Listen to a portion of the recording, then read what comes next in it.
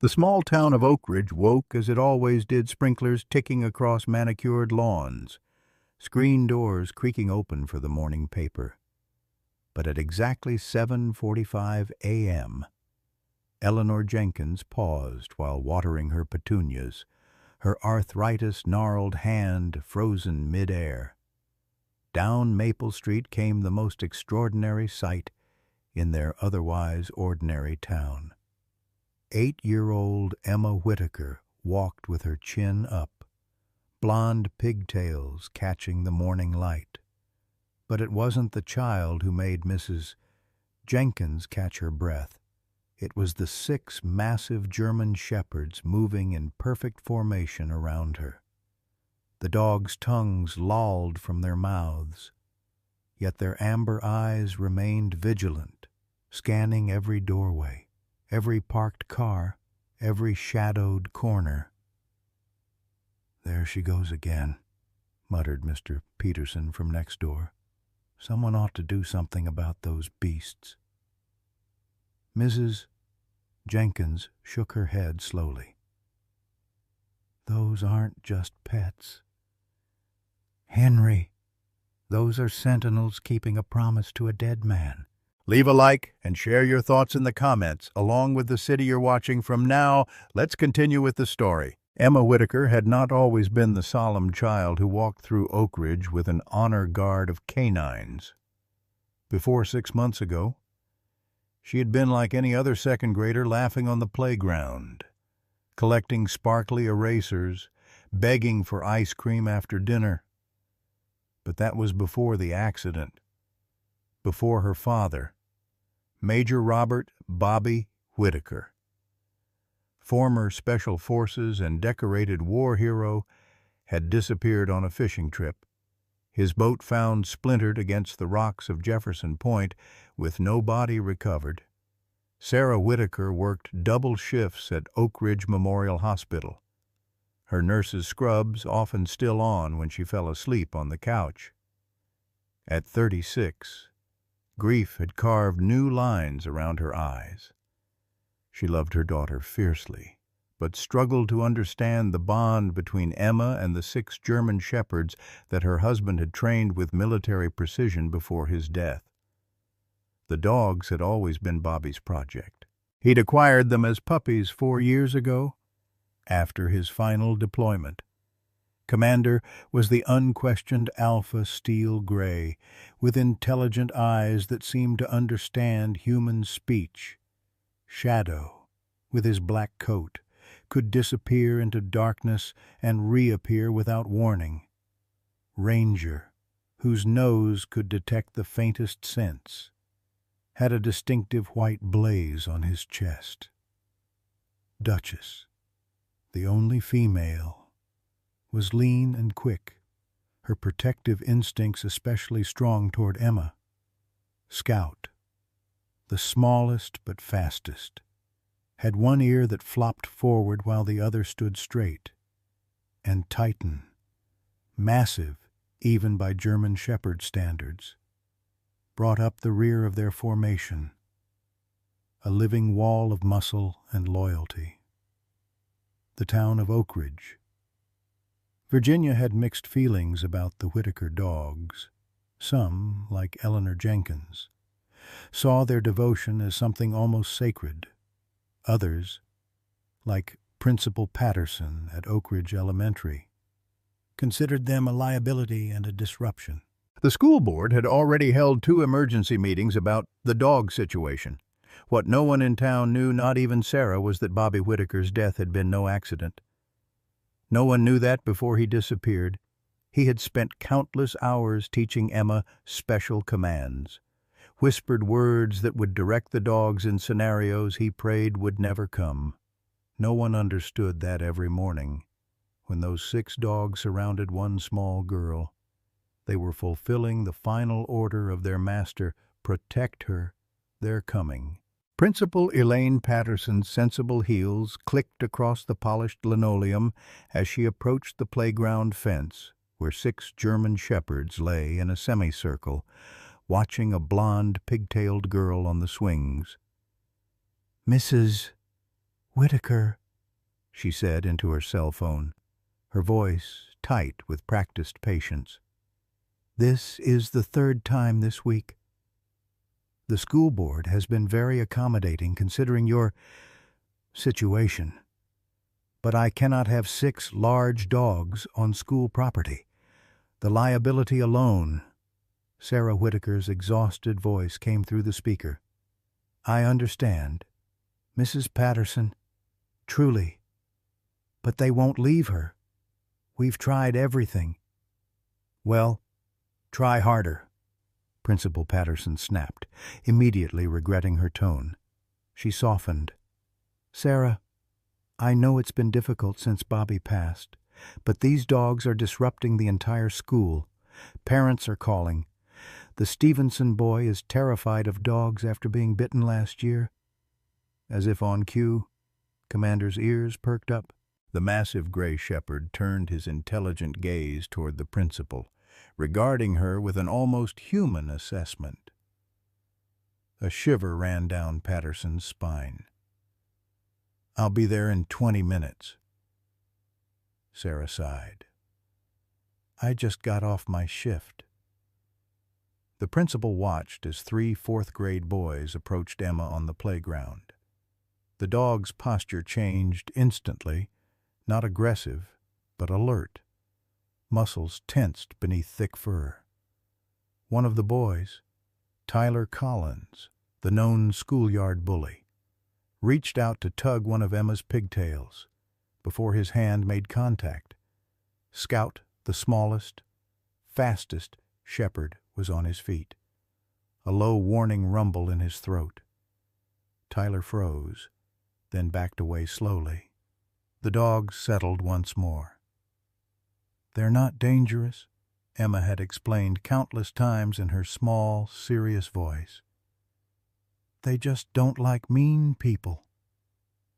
That afternoon, Sarah arrived at school with dark circles under her eyes.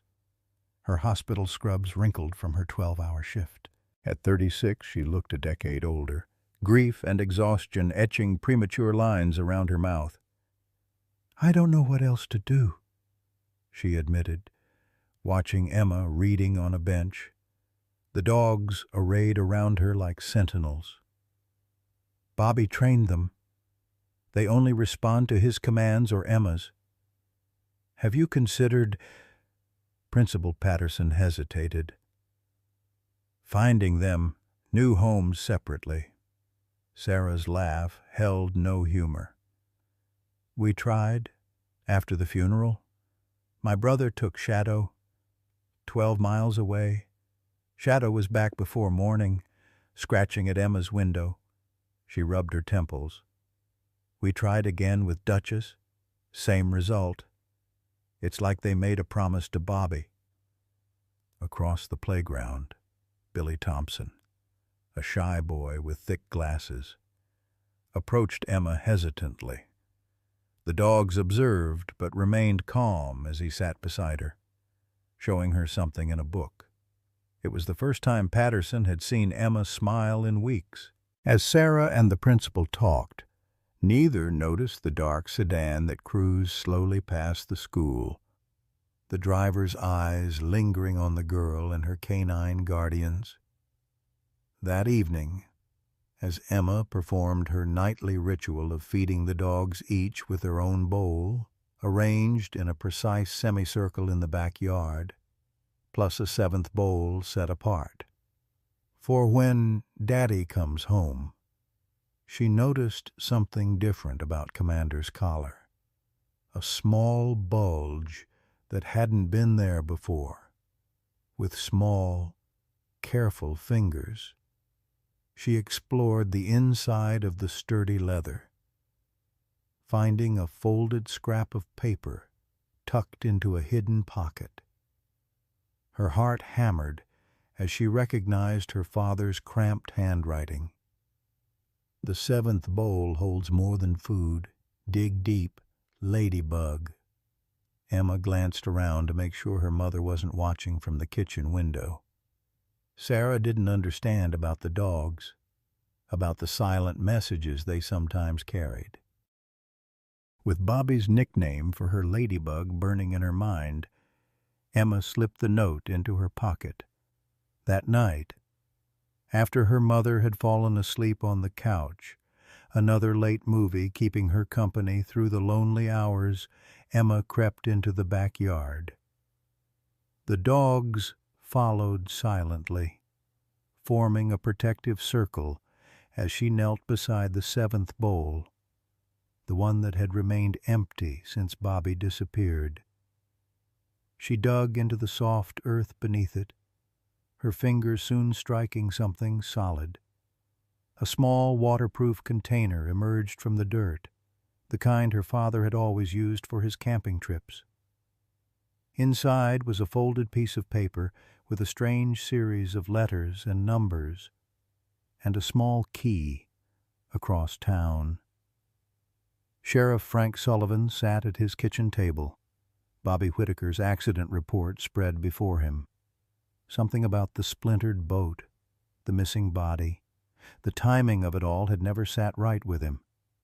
Bobby had been a strong swimmer, knew those waters better than anyone, and just 2 days before his accident, Bobby had visited Frank, asking odd questions about jurisdiction over federal crimes. The sheriff's coffee had long gone cold when his phone rang. "Sullivan," he answered gruffly. "It's about the Whitaker case," said a voice he didn't recognize. "You need to look closer at the foundation." "Who is this?" Sullivan demanded, but the line had already gone dead. The next morning, as Emma waited for the school bus, the 6 shepherds arranged around her as always. She noticed Scout's behavior change. The dog's ears flattened, his gaze fixed on a man walking on the opposite side of the street, a stranger in a town where faces were familiar. The man smiled pleasantly, tipping his hat at Emma, but all 6 dogs shifted subtly, positioning themselves between Emma and the stranger. "Easy," Emma whispered, using one of her father's commands. The dogs relaxed marginally but remained vigilant until the man turned the corner. When the bus arrived, the driver, Mr. Reynolds, sighed at the familiar sight. "Dogs, stay outside. Emma, school rules." Emma nodded solemnly, but as she climbed the steps, the dogs remained exactly where they were, not entering the bus, but not leaving either. They would be waiting when the bus returned, as they had been every day since Bobby's death. What Emma didn't see was Shadow slipping away from the group, following the stranger's path around the corner, a silent ghost tracking potential danger, just as Bobby had trained him to do. In the classroom, Emma's teacher, Ms. Bennett, watched the little girl with concern. Once a bright, engaged student, Emma now moved through her days with a solemn purpose that was unsettling in a child so young. During recess, while other children played, Emma would sit alone, writing in a small notebook, occasionally glancing up to check that her canine guardians remained at their posts beyond the fence. "She's processing grief in her own way," the school counselor had explained. "The dogs were her father's, and now they're her connection to him." But what none of the adults understood was that Emma wasn't just grieving, she was preparing. Every night, she studied the strange codes her father had left her. Every day, she practiced the special commands he had taught her, because somehow, in her 8-year-old heart, Emma knew what the adults refused to see. Her father hadn't left her unprotected. And the 6 dogs weren't just pets. They were messengers, guardians, and the key to understanding why Bobby Whitaker had really disappeared. Emma waited until her mother's breathing deepened into sleep before slipping from beneath her covers. Commander, who always slept at the foot of her bed, rose silently and followed as she tiptoed to her closet. The other 5 dogs, arranged around the perimeter of her room like furry sentinels, remained motionless except for their eyes, which tracked her movement through the darkness. The small key from beneath the 7th bowl fit perfectly into the lock of her father's old tackle box, which Emma had rescued from the garage after her mother had packed away most of Bobby's belongings.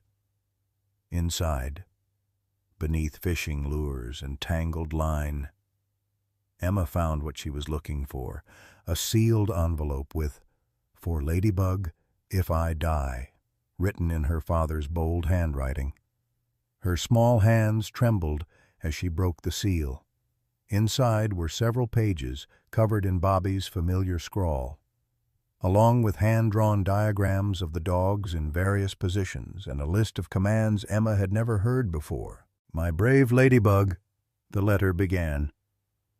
"If you're reading this, something has happened to me, but I made sure you wouldn't be alone. Commander, Shadow, Ranger, Duchess, Scout, and Titan aren't just dogs. They're your protectors now." Emma's heart pounded as she read on, her father's words painting a picture very different from the fishing accident her mother had described. "There are people who might come looking for something they think I have. Trust the dogs. They know who's safe and who isn't. Remember our special game of codes? The back of this letter has everything you need to talk to the dogs in ways only you will understand." A floorboard creaked in the hallway. In an instant, Shadow was at the bedroom door, his posture alert but not alarmed. Sarah appeared in the doorway, her face softening at the sight of her daughter surrounded by Bobby's dogs. "Another nightmare, honey?" she asked, voice rough with sleep. Emma quickly slid the letter under her pillow. "I'm okay, Mom." Sarah entered, navigating carefully around Titan's massive form. She sat on the edge of the bed, gently brushing Emma's hair back from her forehead. "I know you miss him," she whispered. "I do too." For a moment, Emma considered showing her mother the letter, the codes, the key. But something in her father's words, "Trust no one completely," held her back. "The dogs help," Emma said simply. Sarah's eyes filled with complicated emotions. "I know they do, sweetie. But Principal Patterson called again today. The school board is having a special meeting tomorrow night about whether the dogs can keep coming to school with you." Commander's ears pricked up at the concern in Sarah's voice. He moved closer to Emma, his warm weight pressing against her side. "They have to stay with me," Emma insisted, a note of panic rising in her voice. "Daddy said Daddy's gone. Emma." Sarah interrupted, more sharply than she intended. Seeing her daughter's face crumple, she softened immediately. "I'm sorry, baby. I'm just tired. We'll figure something out, okay?" After Sarah returned to bed, Emma pulled out the letter again, studying the commands and signals her father had outlined. According to Bobby's instructions, each dog had been trained for specific situations. Commander was the leader, making tactical decisions. Shadow specialized in reconnaissance. Ranger could detect explosives and other dangers. Duchess was the primary defender. Scout was the messenger, the fastest of the pack. And Titan was the last line of defense, physically the strongest. With growing amazement, Emma realized her father had created not just pets, but a coordinated team designed with one purpose: to protect her. The next morning, Emma awoke to the sound of unfamiliar voices downstairs. The dogs were instantly alert. Commander and Shadow slipping out of the bedroom while the others maintained their positions around Emma. Pulling on her robe, Emma crept to the top of the stairs. In the living room stood her mother, still in her nightgown, facing a tall man in a crisp suit. His back was to Emma, but something about his posture made Commander, who had positioned himself between the stranger and the staircase, let out a low, warning growl. "I was Bobby's closest friend in the unit, Sarah," the man was saying, his voice smooth and reasonable. "I know how much those dogs meant to him. I'm just offering to help. Military-trained animals need specialized handling. I appreciate that." "Marcus," Sarah replied, sounding uncertain. "But they're so attached to Emma. I'm not sure separating them would be good for her right now." Of course. The man, Marcus, nodded sympathetically. "Bobby always said Emma had a way with them. But 6 German shepherds. That's a lot for anyone to handle, especially a single mom working your hours." As if sensing Emma's presence, Marcus turned toward the stairs. His face was handsome in a forgettable way, with a smile that didn't quite reach his eyes. "You must be Emma," he said. "Your dad told me all about you." The reaction from the dogs was immediate and alarming. Commander's growl deepened. Shadow appeared at the far side of the room as if from nowhere. And upstairs, the remaining 4 dogs moved to surround Emma protectively. "The dogs don't like him," Emma stated flatly. Sarah looked embarrassed. "Emma Marcus was your father's friend." But Emma remembered her father's words. They know who's safe and who isn't. And the dogs had never reacted this way to any of Bobby's other military friends who had visited after the funeral. Marcus's smile tightened slightly. "Military working dogs can be territorial. May I?" He reached into his pocket slowly, pulling out what looked like a dog treat. Commander's growl became more pronounced. "Perhaps another time," Marcus said smoothly, returning the treat to his pocket. "I'll leave my card. Sarah, call me when you're ready to discuss options for the dogs." After he left, Sarah turned to Emma with exasperation. "Emma, that was rude. Marcus just wants to help." "Daddy never mentioned anyone named Marcus," Emma said firmly. "And the dogs don't trust him. They're dogs, Emma, not mind readers."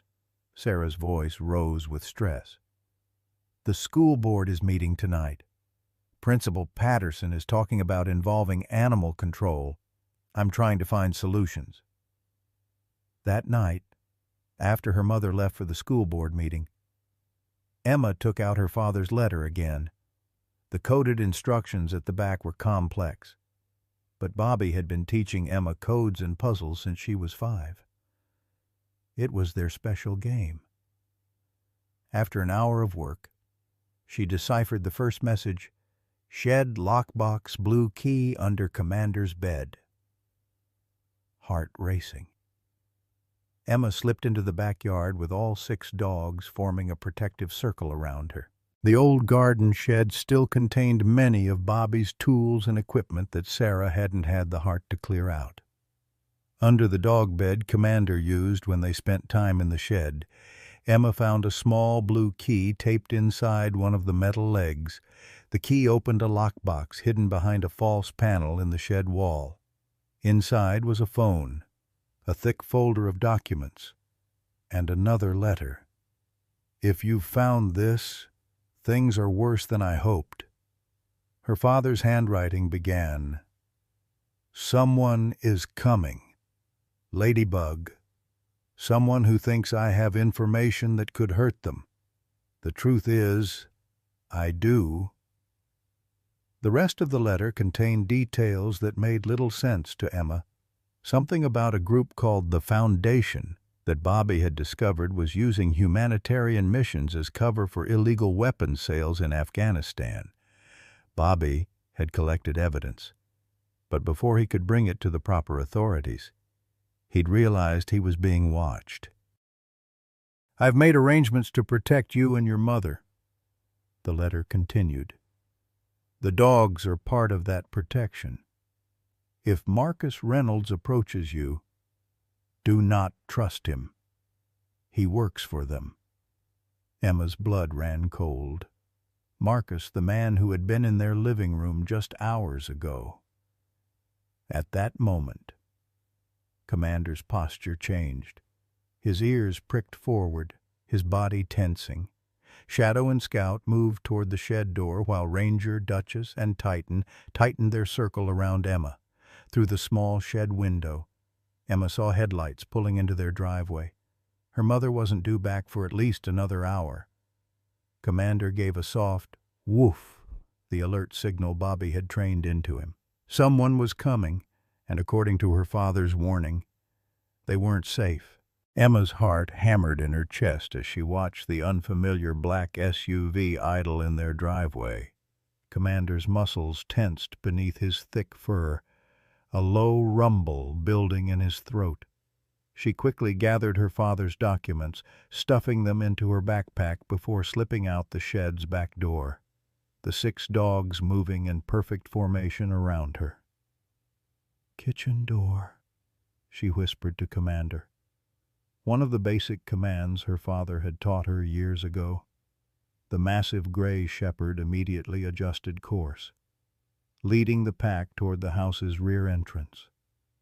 Once inside, Emma locked the door and peered through the window. 2 men in dark suits were approaching the front door. Neither was Marcus. But something about their methodical movements reminded her of the way her father and his military friends carried themselves. "Find," Emma whispered to Shadow, using one of the commands from her father's letter. The black shepherd immediately slipped away, moving silently through the darkened house to reconnoiter. The doorbell rang, its cheerful chime incongruous with the tension filling the house. Emma remained frozen in the kitchen, Titan and Duchess positioning themselves protectively in front of her, while Commander took up a position with a clear view of both the front and back entrances. Shadow returned moments later, pressing his body against Emma's leg, the signal her father's notes had described as strangers, not immediate threat. Still, Emma remained hidden as the men rang the doorbell twice more before returning to their vehicle. She watched through the curtains as they sat in the driveway for several long minutes before finally driving away. Only when the SUV's taillights had disappeared down Maple Street did Emma release the breath she'd been holding.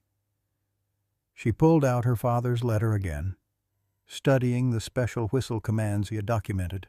According to Bobby, these sounds were inaudible to human ears at a distance, but would allow her to communicate with the dogs without spoken words. Emma spent the next hour practicing the whistle patterns, one for come, another for danger, a third for hide. The dogs responded instantly to each signal, their training evident in their precise movements. When Sarah's car finally pulled into the driveway, Emma quickly hid the documents before running to the door, the dogs falling into formation around her. Sarah's expression was grim as she entered. "The school board meeting was a disaster," she said, dropping her purse on the counter. "Half the parents want the dogs banned from school property. The other half think they're keeping all the children safer." She ran a hand through her hair. "Principal Patterson is giving us 1 more week to find a solution before she involves animal control." "Mom, there were men here," Emma said urgently, "in a black car. They rang the doorbell. Sarah's exhaustion gave way to alarm. "What? When? Why didn't you call me?" "I was scared," Emma admitted. "But the dogs protected me. I stayed hidden like Daddy taught me." A flicker of something frustration, perhaps, or worry crossed Sarah's face at the mention of Bobby's lessons. "Emma, honey, I know you miss your father, but some of the things he taught you, they were from his military days. We're not in danger here in Oak Ridge." Emma opened her mouth to tell her mother about Marcus, about the foundation, about the document she'd found. But the warning in her father's letter stopped her. "Trust no one completely, not even those you love. They can be used against you." Instead, she simply said, "The dogs knew the men weren't safe." Sarah knelt down, taking Emma's small hands in hers. "Sweetie, the dogs are amazing, but they're still just animals. They can't tell good people from bad." Commander, as if understanding the conversation, moved to Emma's side and fixed Sarah with his intelligent gaze. For a moment, Sarah seemed unsettled by the dog's focused attention. "Let's get you to bed," she said finally. "It's been a long day." That night, Emma lay awake long after her mother had gone to sleep. The dogs arranged around her room in their usual protective formation. Her father's words echoed in her mind. Someone is coming. The men in the SUV. Marcus's unexpected visit. It was all happening just as Bobby had predicted. The next morning brought another surprise. As Emma and Sarah ate breakfast, a knock came at the door. Commander and Shadow immediately moved to alert positions while the other dogs gathered around Emma. Sarah opened the door to find Sheriff Frank Sullivan standing on their porch, his weathered face creased with concern. "Morning, Sarah," he said, tipping his hat. "Mind if I come in for a minute?"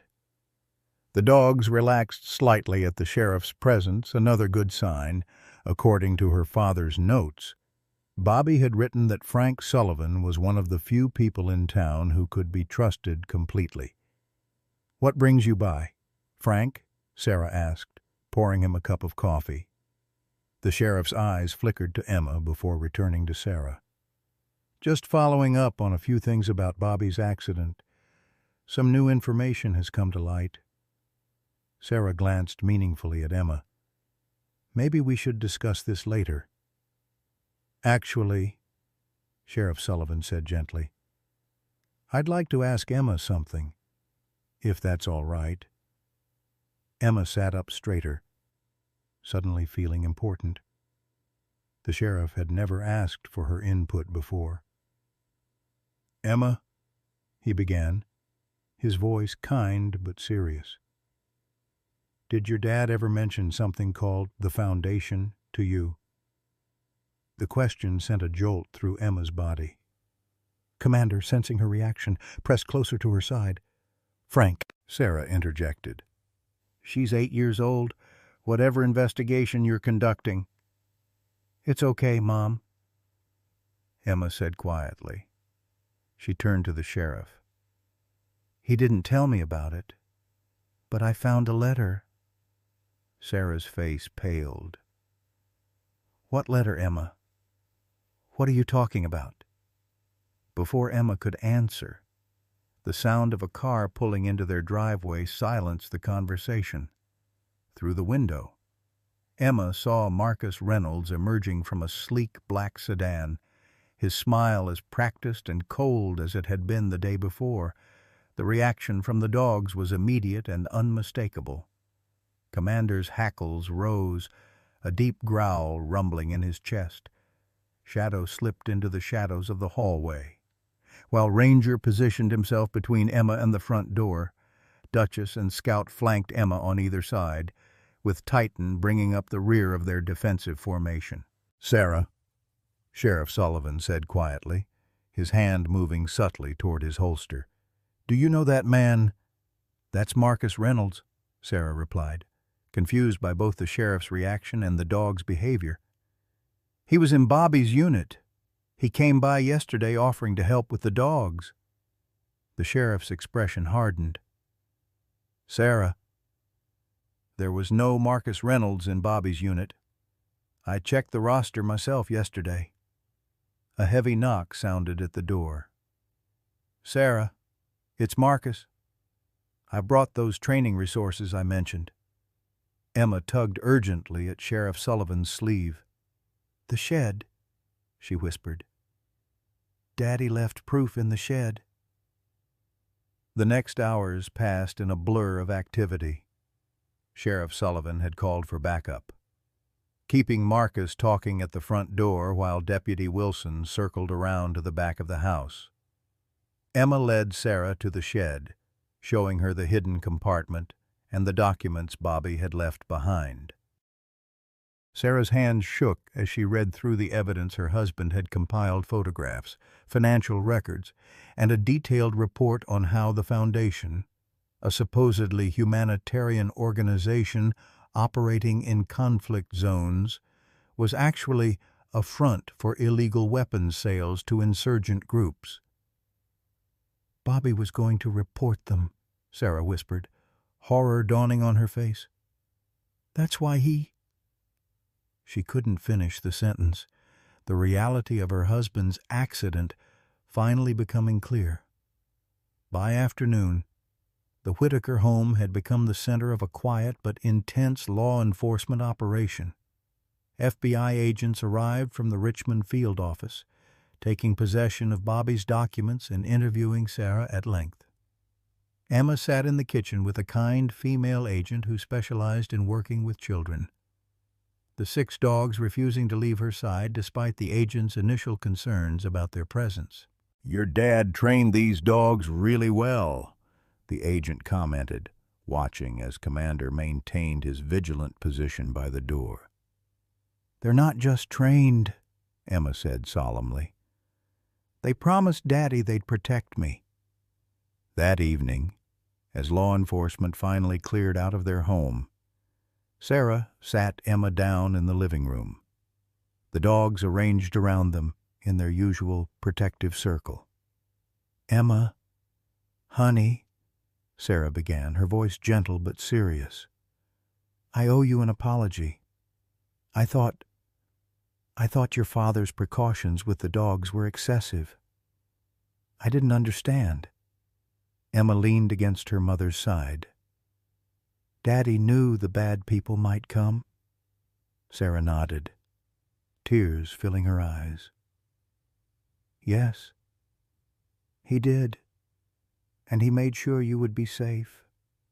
She stroked Commander's head with newfound respect. "The FBI says we need to be careful for a while longer. They're investigating the Foundation, but these are dangerous people." "What about Marcus?" Emma asked. "They're looking for him," Sarah assured her. "Sheriff Sullivan says they've put out an alert." But Marcus Reynolds had vanished as quickly as he had appeared. His rental car found abandoned at the Richmond airport, with no trace of where he might have gone. The next day brought a new challenge. Principal Patterson called an emergency meeting with Sarah, Sheriff Sullivan, and 2 FBI agents. Emma sat in the hallway outside the conference room, the dogs arranged protectively around her chair, while curious school staff walked wide circles around them. Inside, voices occasionally rose loud enough for Emma to hear snippets: security concerns, liability issues, protective custody. When Sarah finally emerged, her face was drawn but determined. "We're going to try something new," she told Emma. "The FBI has suggested we work with your teachers to arrange temporary homeschooling, just until things settle down." "The dogs can stay with me?" Emma asked. her primary concern evident. "Yes," Sarah assured her, a new understanding in her eyes. "The dogs stay with you." Over the next week, a new routine emerged. FBI agents maintained a subtle presence near their home. Emma's teacher, Ms. Bennett, came to the house each afternoon to provide lessons and assignments. The dogs adjusted their protective formation to accommodate these changes, always vigilant, but never interfering unless they sensed potential danger. The town of Oak Ridge, meanwhile, buzzed with rumors. Some neighbors kept their distance, uncomfortable with the law enforcement presence and the pack of German shepherds that continued to surround Emma whenever she ventured outside. Others, like Mrs. Jenkins, brought over casseroles and offered support. "Those dogs are a blessing," Mrs. Jenkins told Sarah one afternoon as they watched Emma playing in the backyard, the shepherds forming a perfect perimeter around her. Bobby knew what he was doing. "I just wish he had told me everything," Sarah replied softly. "Maybe then he wouldn't have had to face this alone. Men like Bobby, they carry the weight of the world on their shoulders," Mrs. Jenkins said, her old eyes wise with experience. "They think they're protecting us by keeping secrets, but sometimes secrets just create distance." On the 10th day after Sheriff Sullivan's visit, Commander's behavior changed. The great shepherd seemed restless, constantly checking the perimeter of the yard, his attention repeatedly drawn to the woods that bordered the back of their property. That night, after Emma had gone to bed, Sarah was startled by a soft whining at the back door. She found Commander there, his intelligent eyes fixed on her face, his body language clearly communicating that he wanted her to follow. Hesitantly, Sarah opened the door. Commander immediately trotted toward the shed, looking back to ensure she was following. Inside the shed, the dog went directly to a section of the wall that appeared unremarkable. "What is it, boy?" Sarah whispered, kneeling beside the shepherd. Commander pawed at the baseboard. Sarah, remembering the hidden compartment Emma had shown her, began carefully examining the wall. Behind a stack of gardening supplies, she discovered another hidden panel, this one containing a small fireproof safe. She didn't have the combination, but she photographed it with her phone before carefully replacing everything as she had found it. The next morning, she showed the picture to Emma. "Daddy's birthday, then your birthday, then their birthday," Emma said immediately. "Their birthday?" Sarah questioned. Emma pointed to the dogs. "The day Daddy brought them home, he always said it was their birthday." The combination worked. Inside the safe, Sarah found additional documents, a thumb drive, and a sealed envelope addressed to her in Bobby's handwriting. With trembling fingers, she opened it and began to read. "Sarah, my love," it began. "If you're reading this, then you know the truth about my work, about the foundation, and about the danger it has brought to our doorstep. I am so sorry for keeping this from you, but I thought I was protecting you and Emma by carrying this burden alone." The letter continued, explaining how Bobby had discovered the Foundation's illegal activities during his final deployment, how he had gathered evidence, and how he had realized they were on to him before he could bring the information to the proper authorities. "I've made arrangements to protect you both," he wrote. "The dogs are specially trained, not just military working dogs, but personal protection specialists.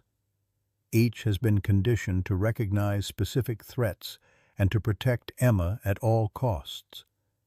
They will know friend from foe better than any security system." Sarah wiped tears from her cheeks as she continued reading. The final paragraphs contain specific instructions about safe houses, emergency contacts, and contingency plans, all centered around keeping Emma safe until the Foundation could be brought to justice. What the letter didn't contain, however, was any suggestion that Bobby had survived his accident. His preparations had been thorough, but made with the expectation that he would not be there to protect his family himself. That afternoon, Sheriff Sullivan visited again, bringing news that sent a chill through Sarah's body. "Marcus Reynolds has been spotted back in the area," he said gravely. "And he's not alone." As the sheriff detailed the security precautions being implemented, Emma sat cross-legged on the floor, her arms wrapped around Commander's thick neck, whispering into his fur.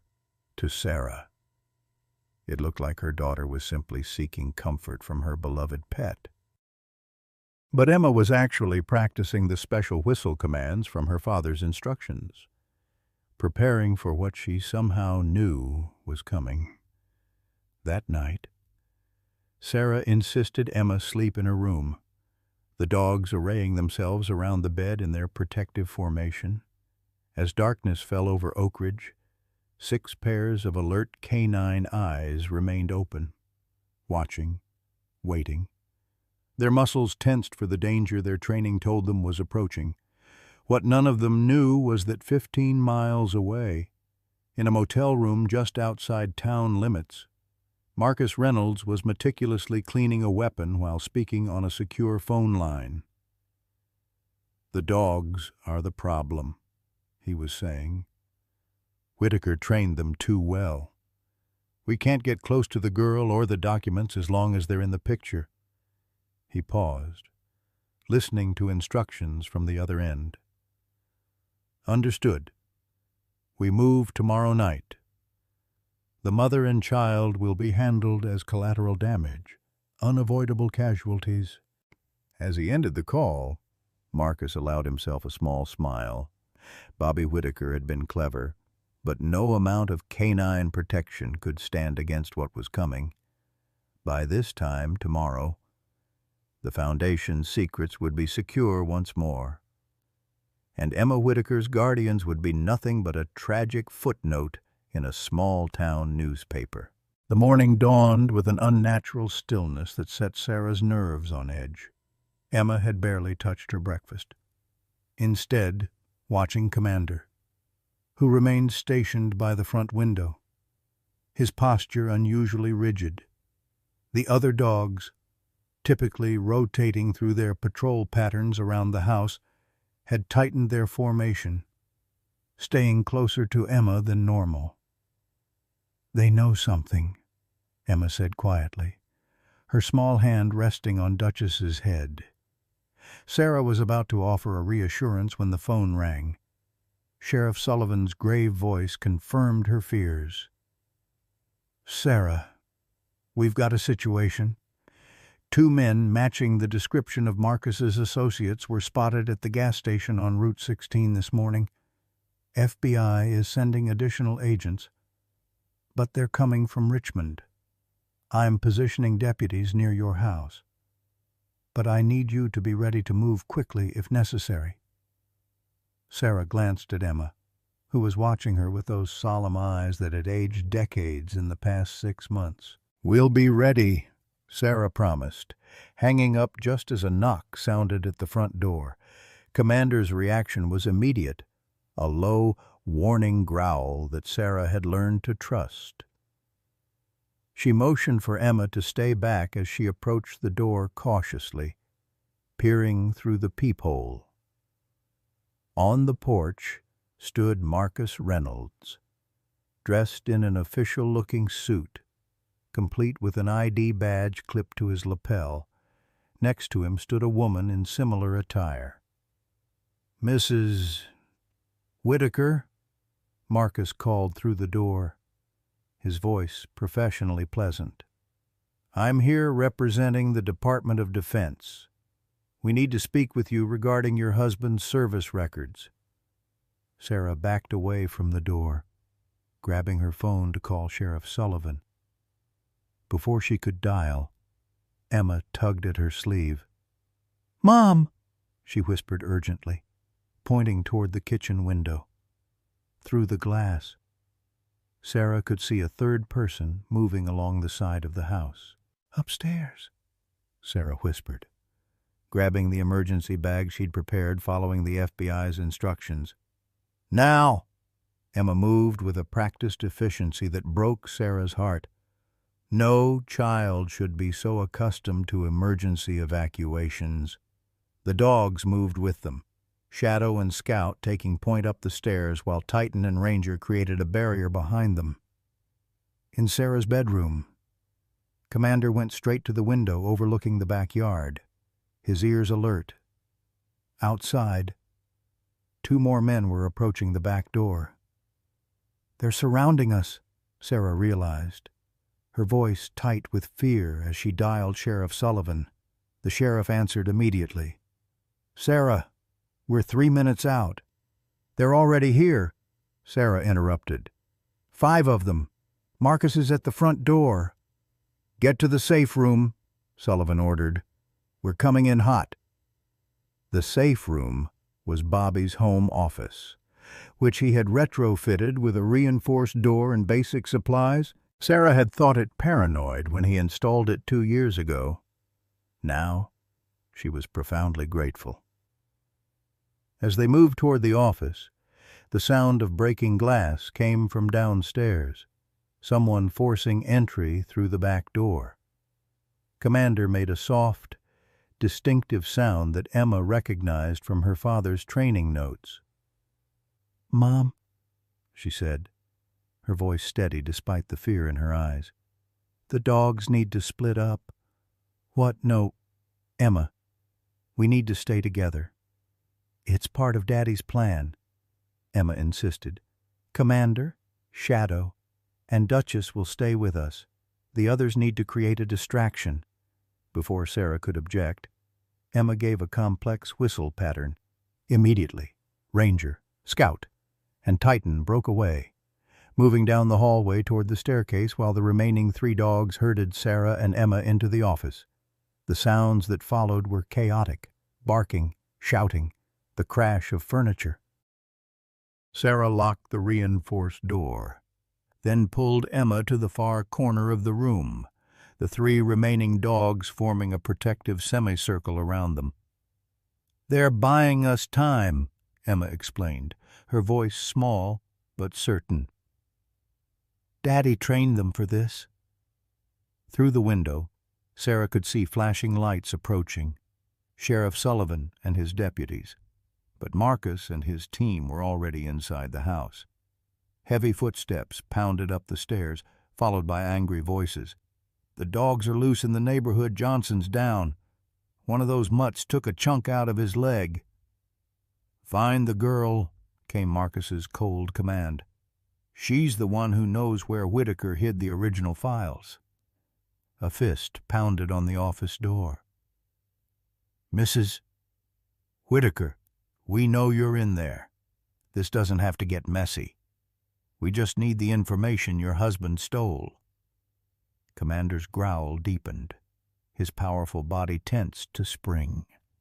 Shadow had vanished into the shadows of the room, a trick he'd been named for.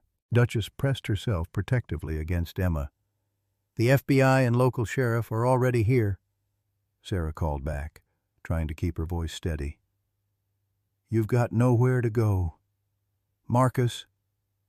A harsh laugh came through the door. "By the time they sort this out, we'll be long gone, with or without you. Your choice if it's the easy way or the hard way." The sound of splintering wood followed as someone began ramming the door. The reinforced frame held, but Sarah knew it wouldn't last forever. Emma suddenly tugged at her sleeve, pointing to the window. "Fire escape," she whispered. Sarah hesitated only a moment before nodding. Bobby had installed the collapsible ladder for exactly this scenario, As she moved to the window, Emma gave another whistle command. Commander immediately positioned himself facing the weakening door, while Shadow slipped toward the window ahead of them. Sarah deployed the ladder and helped Emma out onto it first. As Emma began to descend, Duchess following gracefully, Sarah looked back at Commander, still guarding the door as it began to splinter. "Commander, come," she called desperately. The big shepherd glanced at her but made no move to follow. His purpose clear. He would hold the line. Tears blurred Sarah's vision as she followed Emma down the ladder, understanding with terrible clarity that Bobby had trained these dogs to sacrifice themselves if necessary. At the bottom, Shadow was already scanning the yard, his posture indicating the all clear. Emma led the way toward the side gate, moving with quiet confidence despite the chaos. As they reached the fence, Sheriff Sullivan's voice called out from the front of the house, ordering Marcus and his men to surrender. Gunshots rang out, sending Sarah's heart into her throat. She pulled Emma close, sheltering her daughter's body with her own as they crouched behind a garden shed. A high-pitched yelp of pain from inside the house made Emma stiffen. "That's Commander," she whispered, her voice breaking. Before Sarah could stop her, Emma put her fingers to her lips and gave a sharp, distinctive whistle, different from any pattern Sarah had heard before. The response was immediate and astonishing.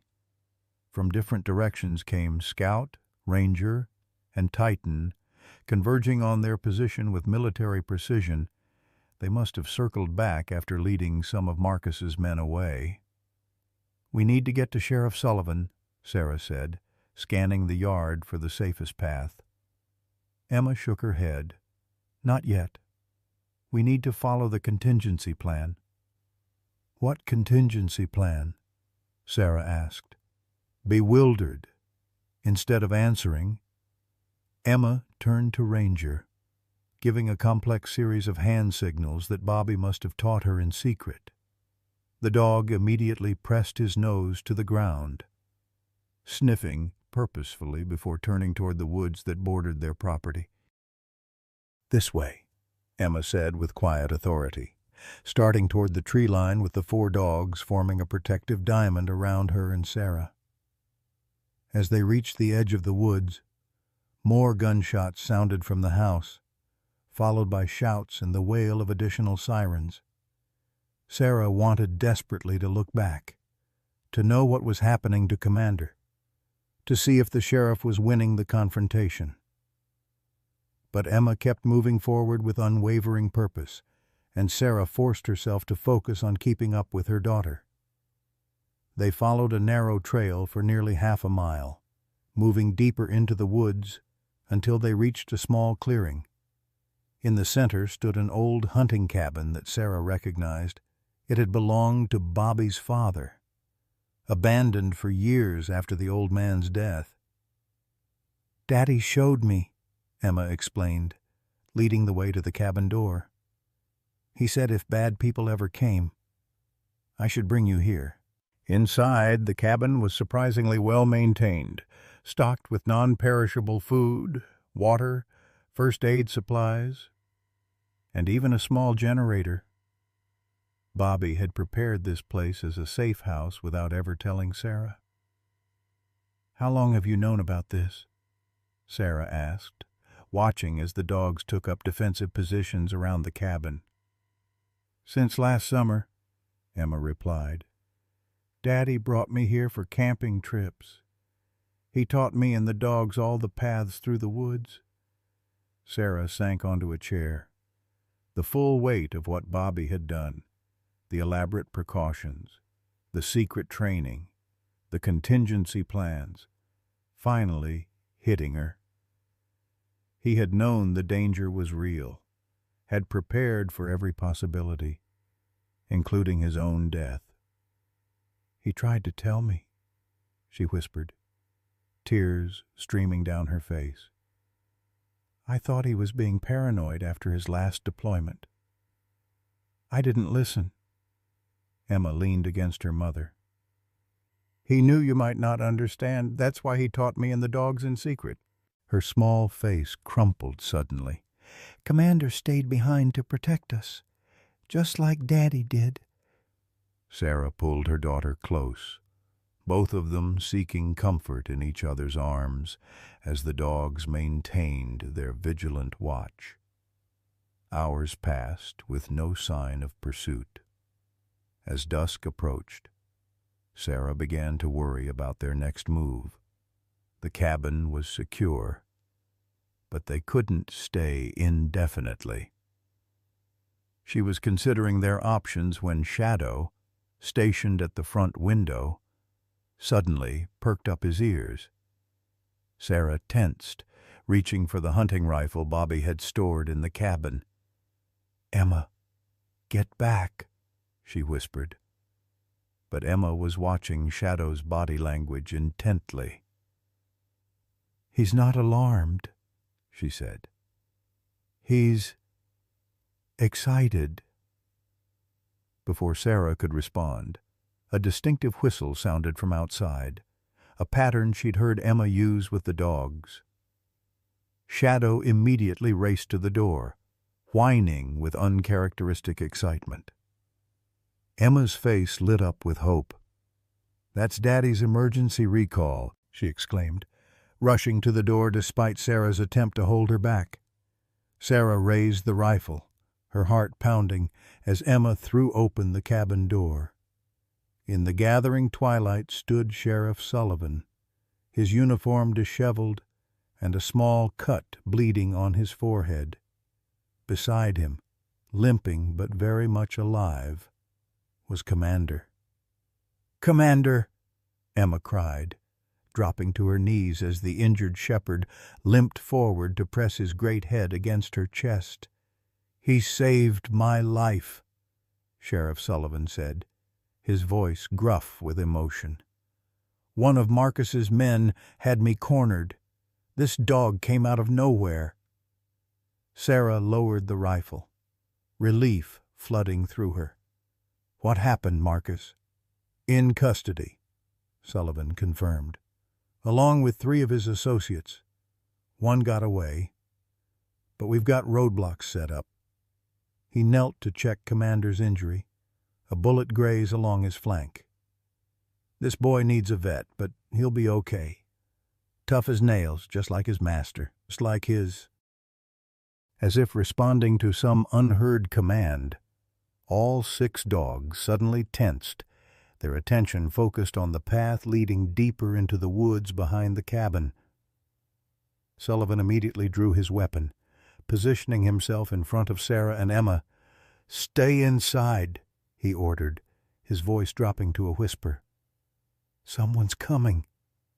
The dogs formed a semicircle facing the threat, but their posture puzzled Sarah. They were alert but not aggressive, more like they were awaiting instruction.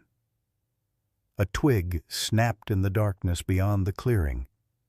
Shadow took a step forward, then stopped, his tail beginning a slow, hesitant wag. "Sullivan," called a hoarse voice from the darkness. "You got them." "They safe?" The sheriff lowered his weapon slightly, squinting into the gathering darkness. "Identify yourself." A figure limped into the clearing, hands raised to show he was unarmed.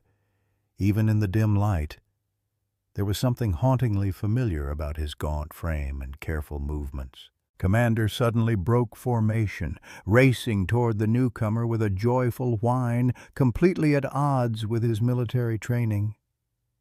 The other dogs followed, surrounding the man with wiggling bodies and wagging tails.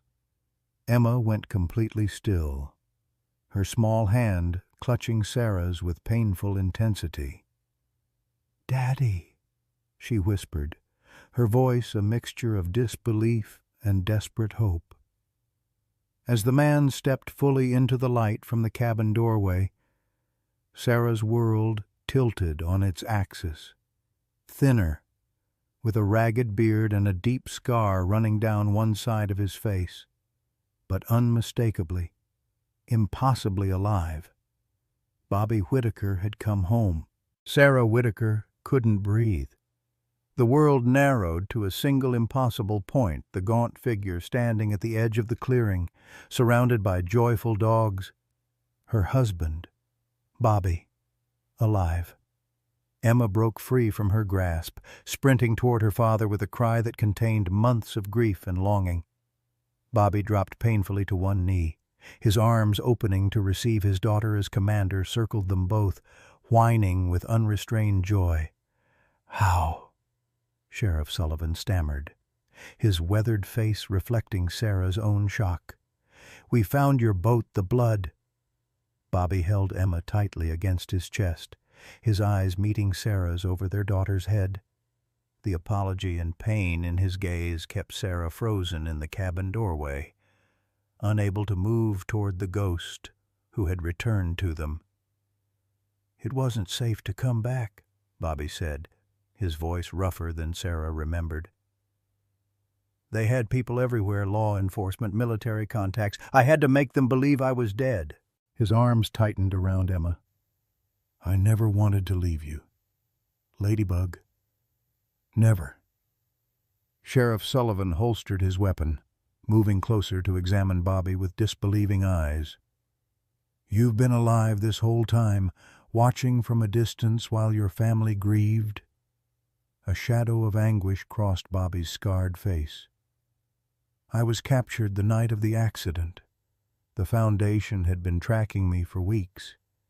They took me to a private compound outside Richmond." His hand unconsciously moved to the scar on his face. "They wanted to know where I'd hidden the original evidence, who I'd shared it with." "But you escaped," Emma said, looking up at her father with absolute faith. 2 months ago, Bobby confirmed, brushing a strand of hair from Emma's face with trembling fingers. "I've been watching the house since then, trying to determine if it was safe to contact you." His eyes found Sarah's again.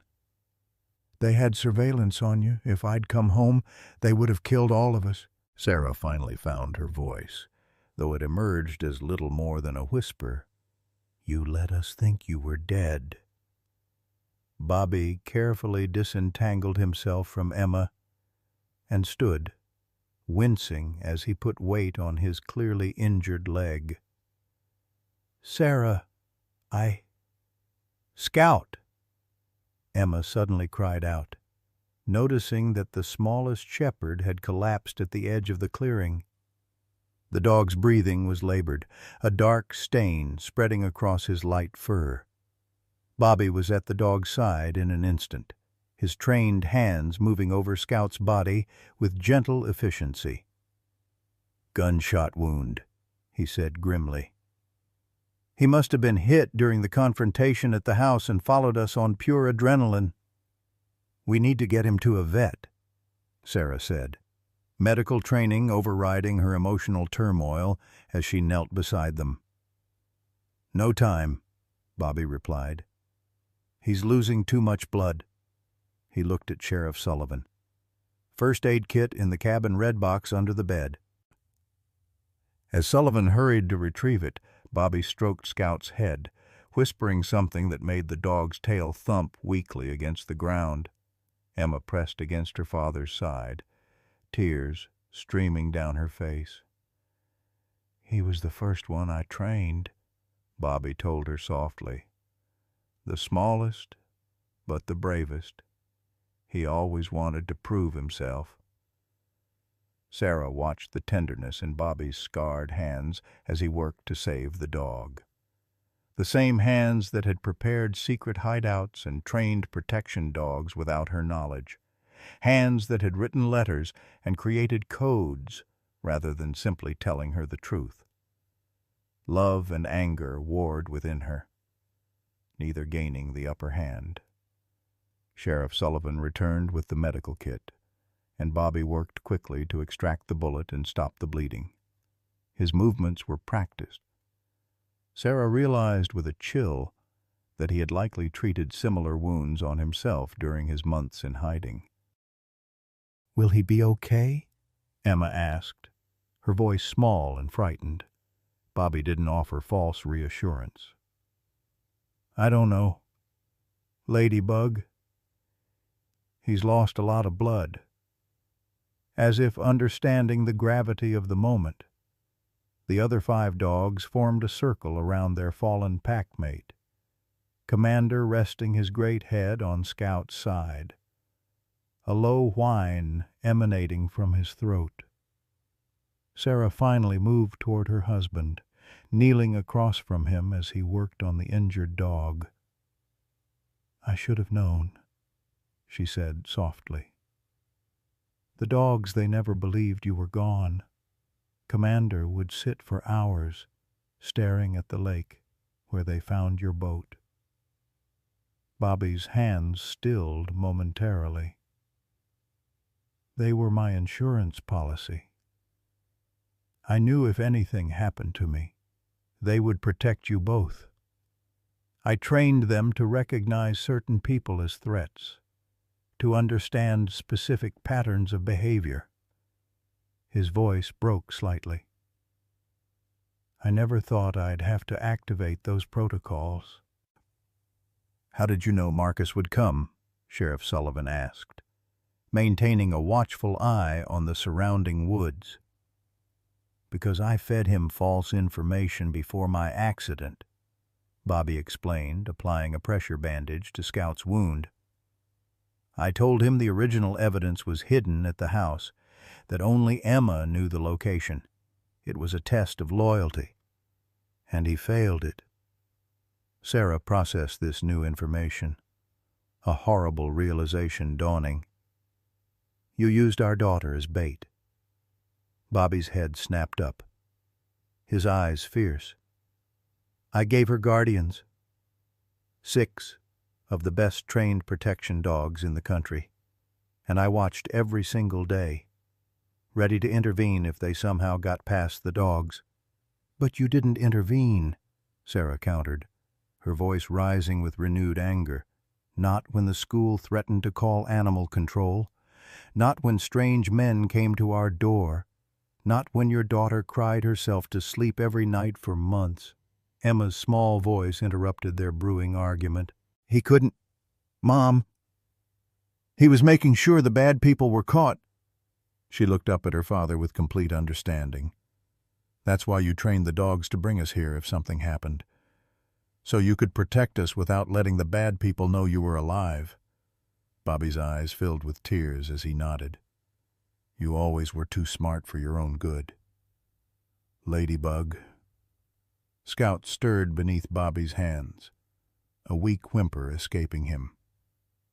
For a moment, the tension between Sarah and Bobby was set aside as they both focused on the injured dog. "Easy, boy," Bobby murmured, gently checking the bandage. "You did good. Rest now." The dog's eyes found Emma, who moved closer to stroke his soft ears. "You saved us. Scout," she whispered. "Just like Daddy taught you." Sheriff Sullivan cleared his throat. "We should move soon. Marcus is in custody, but one of his men is still out there, and this location may be compromised." Bobby nodded grimly. "There's a vehicle hidden about half a mile east of here. 4-wheel drive, fully stocked." At Sarah's questioning look, he added, "Another contingency plan."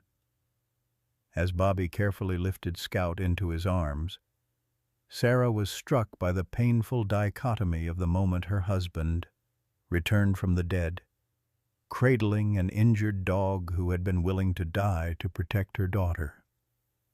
Just as Bobby had been, the anger that had sustained her began to crack, revealing the raw grief and love beneath it.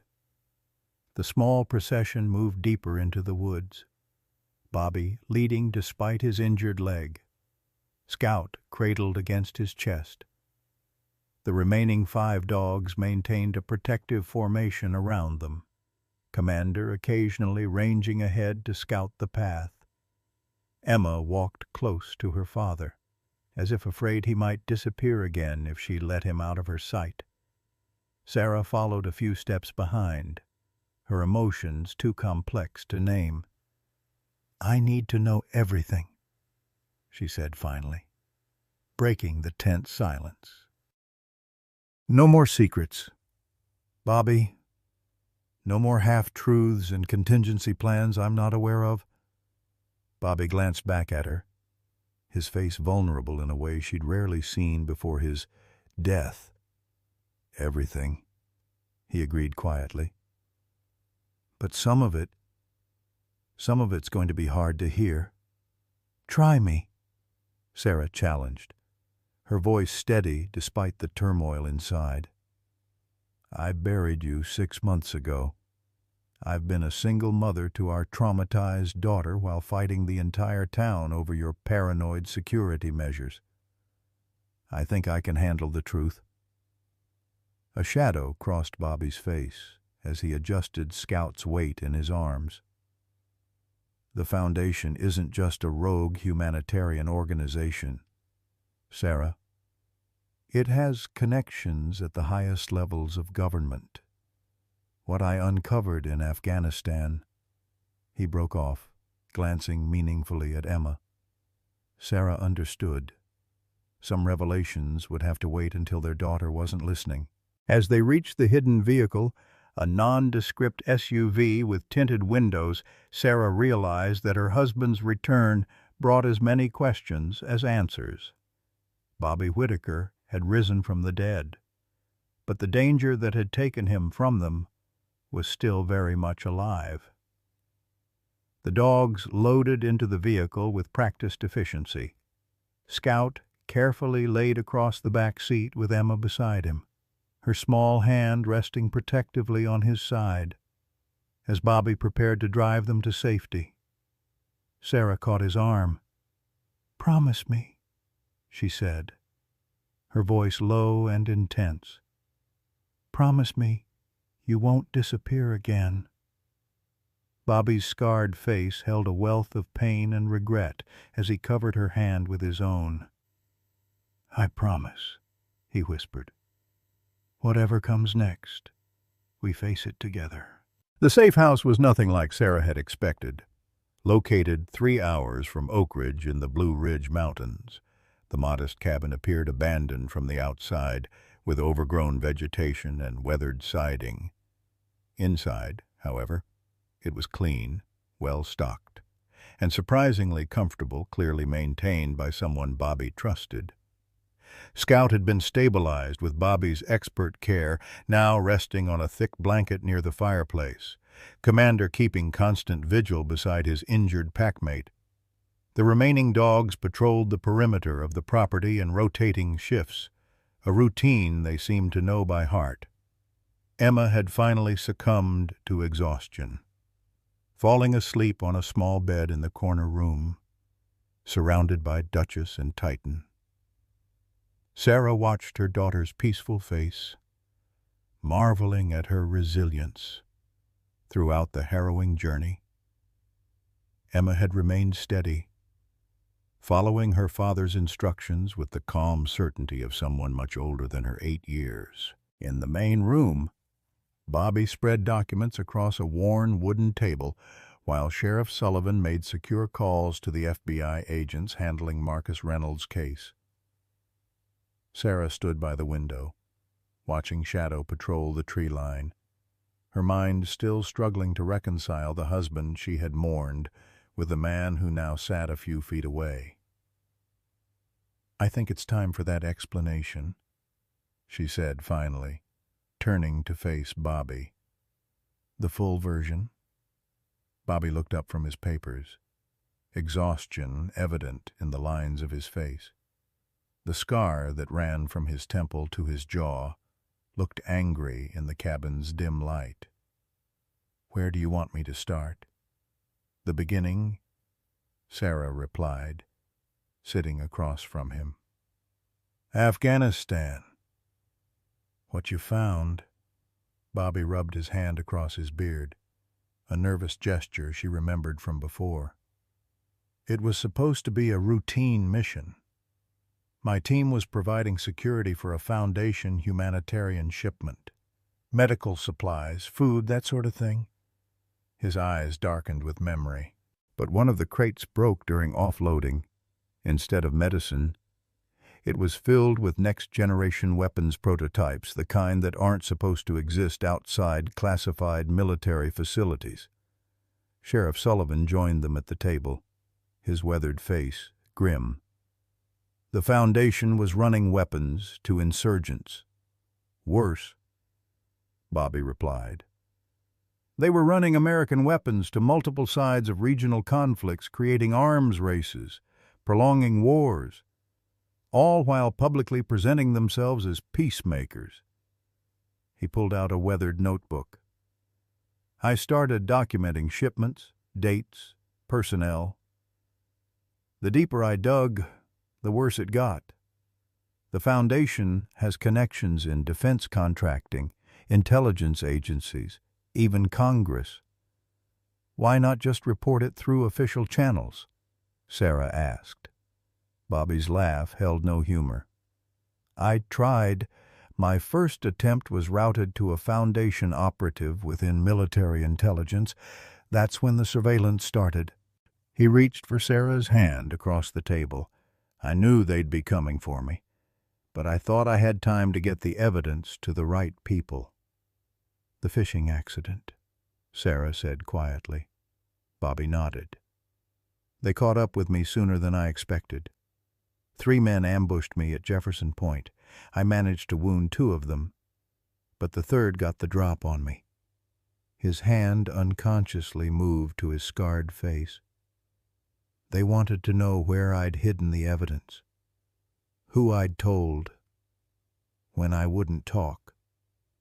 They decided drowning me would look accidental. Sarah flinched at the matter-of-fact way he described his own attempted murder. But you survived. Barely. The boat exploded during the struggle. I think they'd rigged it with explosives as a contingency plan. The blast knocked all of us into the water. Bobby's eyes took on a distant look. I was badly injured, but I managed to swim to the far shore. I knew if I went home, I'd be leading them straight to you and Emma. So you just disappeared, Sarah said, the hurt still raw in her voice. I had no choice. Sarah? Bobby's voice broke slightly. The Foundation doesn't just kill their targets, they eliminate entire families to send a message. I needed them to believe I was dead while I gathered enough evidence to bring them down for good. Sheriff Sullivan leaned forward. And did you gather that evidence? Bobby hesitated, his eyes moving to Commander, who had raised his head from his vigil over Scout. In a manner of speaking, he gave a soft whistle, and Commander immediately padded over to him. Bobby ran his hands methodically over the dog's thick fur, pausing at a spot between his shoulder blades. With practiced fingers, he parted the fur to reveal a small, nearly invisible scar. Microchip, Sheriff Sullivan asked, brows rising in surprise. Bobby nodded. Subcutaneous RFID implant. Military grade, with enough storage for the entire evidence file. He stroked Commander's head fondly. They searched my house, my office, my computers. They never thought to scan my dog. Sarah stared at Commander with new understanding. That's why you were so insistent that the dog stay with Emma. They weren't just protection, they were carrying your insurance policy. Commander has the complete file, Bobby confirmed. The others each carry fragments redundancy in case anything happened to one of them. His voice softened. But, yes, Protection was always the primary purpose. I trained them to recognize Foundation operatives by scent samples I'd collected in Afghanistan. That's why they reacted so strongly to Marcus.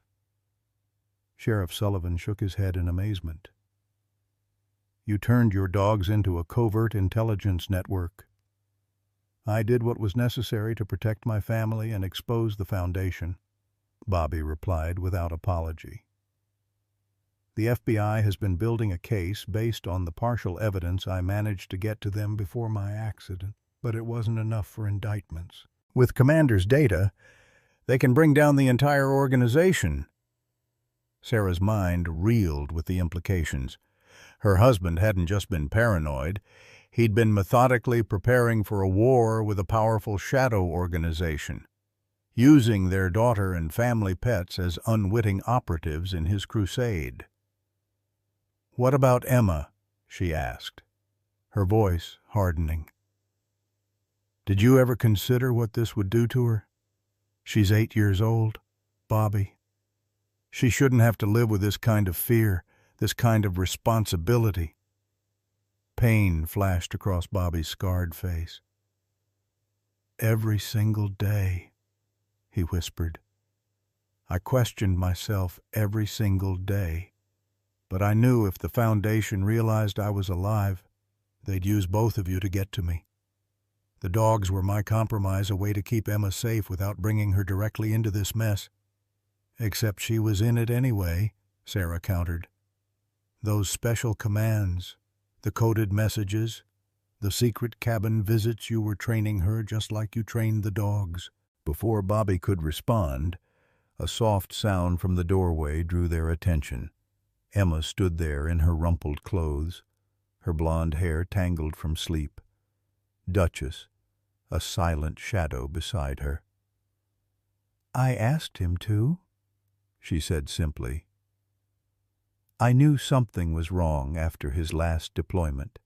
He was different, always checking the windows, installing new locks." Her small face was solemn with understanding beyond her years.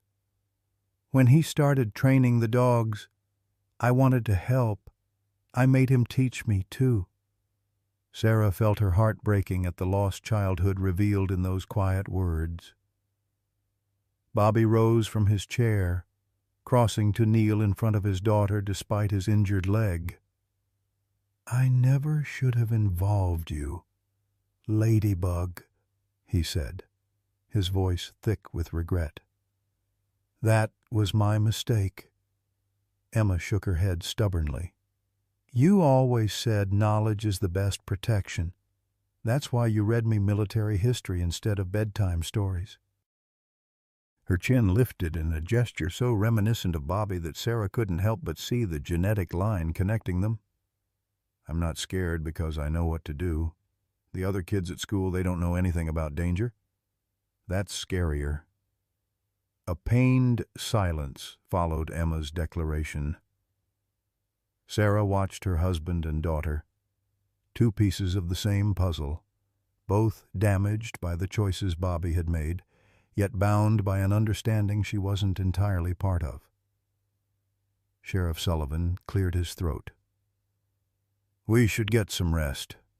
Tomorrow I'll need to coordinate with the FBI task force about extracting that evidence safely." He nodded toward Commander, who had returned to Scout's side. "Given what you've told me, the Foundation will stop at nothing to get those dogs." As if confirming this assessment, Scout whimpered in his sleep, his injured body twitching with remembered trauma. Emma immediately went to him, kneeling beside the injured shepherd with gentle hands. "He's having a nightmare," she said, stroking his fur the way Bobby had taught her. "Just like Daddy used to." The simple observation struck Sarah like a physical blow. How much had Emma noticed over the years? How much had she silently understood while Sarah had tried to maintain a veneer of normalcy? Later, after Emma had fallen asleep again with the dogs arranged protectively around her bed, Sarah found Bobby sitting alone on the cabin's small porch, staring into the darkness. "I can't forgive you yet," she said quietly, sitting beside him, "for letting us believe you were dead, for putting Emma in danger." Bobby nodded, accepting her anger as his due. "I don't expect forgiveness. I just want to keep you both safe and make the foundation pay for what they've done." "And after," Sarah asked, "if we survive this, if the foundation is exposed, what then? Do we just go back to being a normal family in Oak Ridge?" A sad smile crossed Bobby's scarred face. "I don't think normal is in the cards for us anymore. Sarah, too much has happened." He looked toward the cabin where their daughter slept. "But maybe we can build something new, something honest." "No more secrets," Sarah insisted. "No more compartmentalized information or need-to-know basis within our family." "No more secrets," Bobby agreed solemnly. As they sat in silence, Shadow emerged from the darkness, padding silently across the porch to sit at Bobby's feet. The black shepherd's alert posture reminded Sarah that even this moment of connection was taking place within a perimeter of vigilance, the new normal that had become their lives. Inside, Commander suddenly raised his head, ears perked toward the window. A low, warning growl rumbled in his chest. Bobby was on his feet instantly, all trace of exhaustion gone. "Get inside," he ordered, his voice dropping to the commanding tone Sarah hadn't heard since before his disappearance. "Someone's coming." As Sarah hurried back into the cabin, she realized with chilling clarity that the revelation of Bobby's survival had only been the beginning. The true fight for their family's safety and for justice against the Foundation was just about to begin. 3 months later, the Whitaker family stood on the porch of a new home, a modest farmhouse on 5 acres outside of Burlington, Vermont, far from the memories and dangers of Oak Ridge.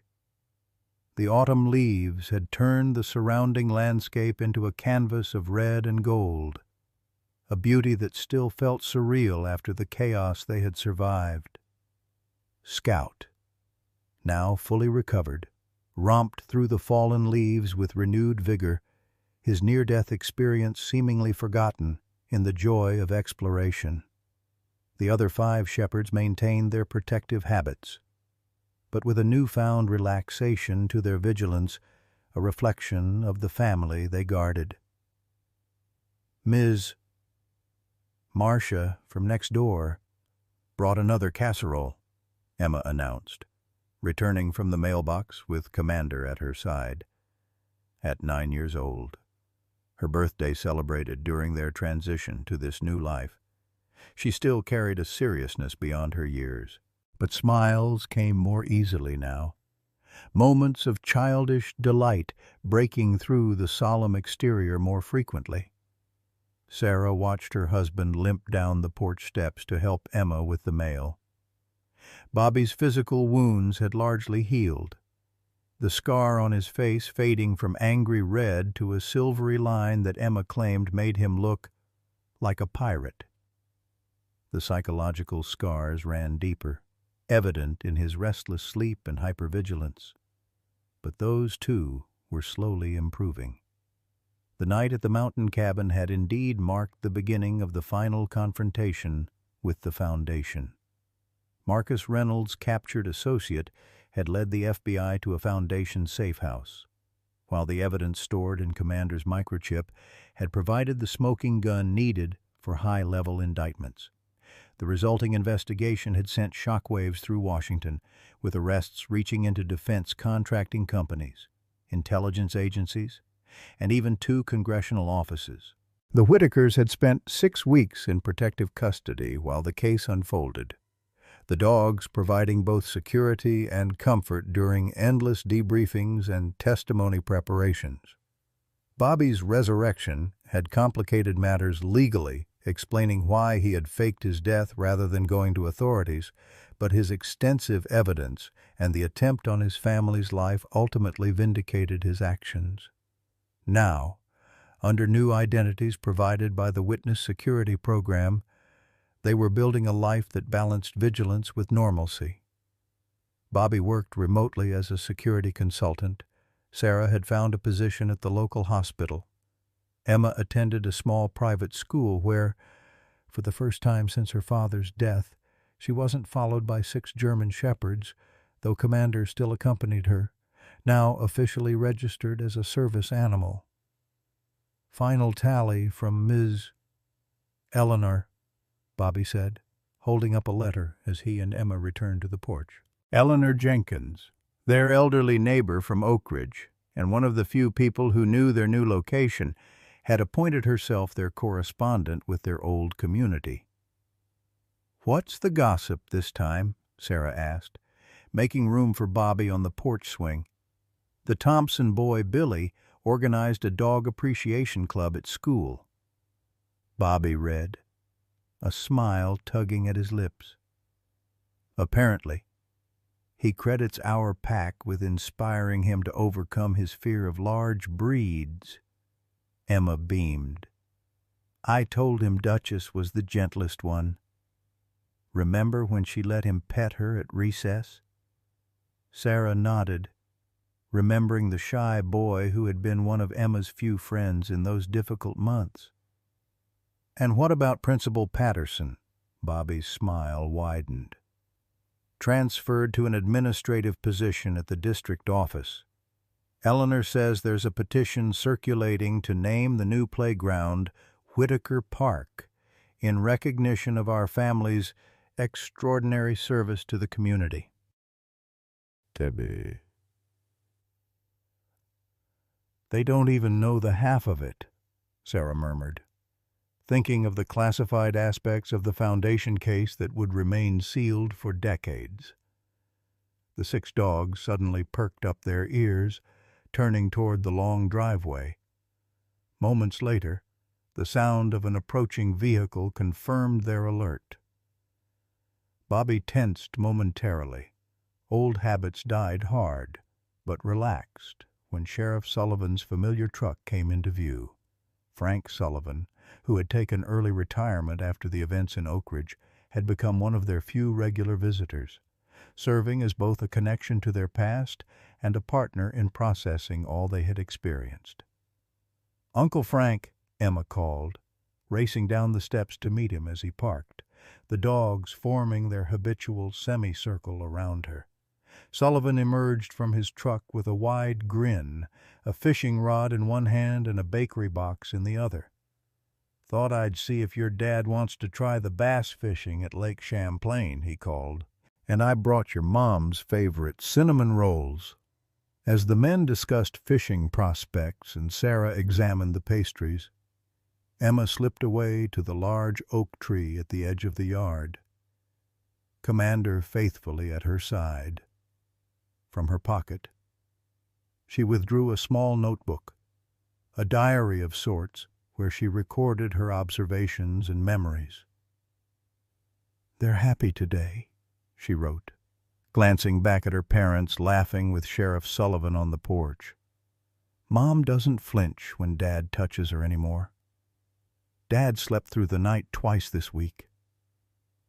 Commander rested his great head against her knee, his intelligent eyes watching her with understanding that sometimes still gave Sarah chills.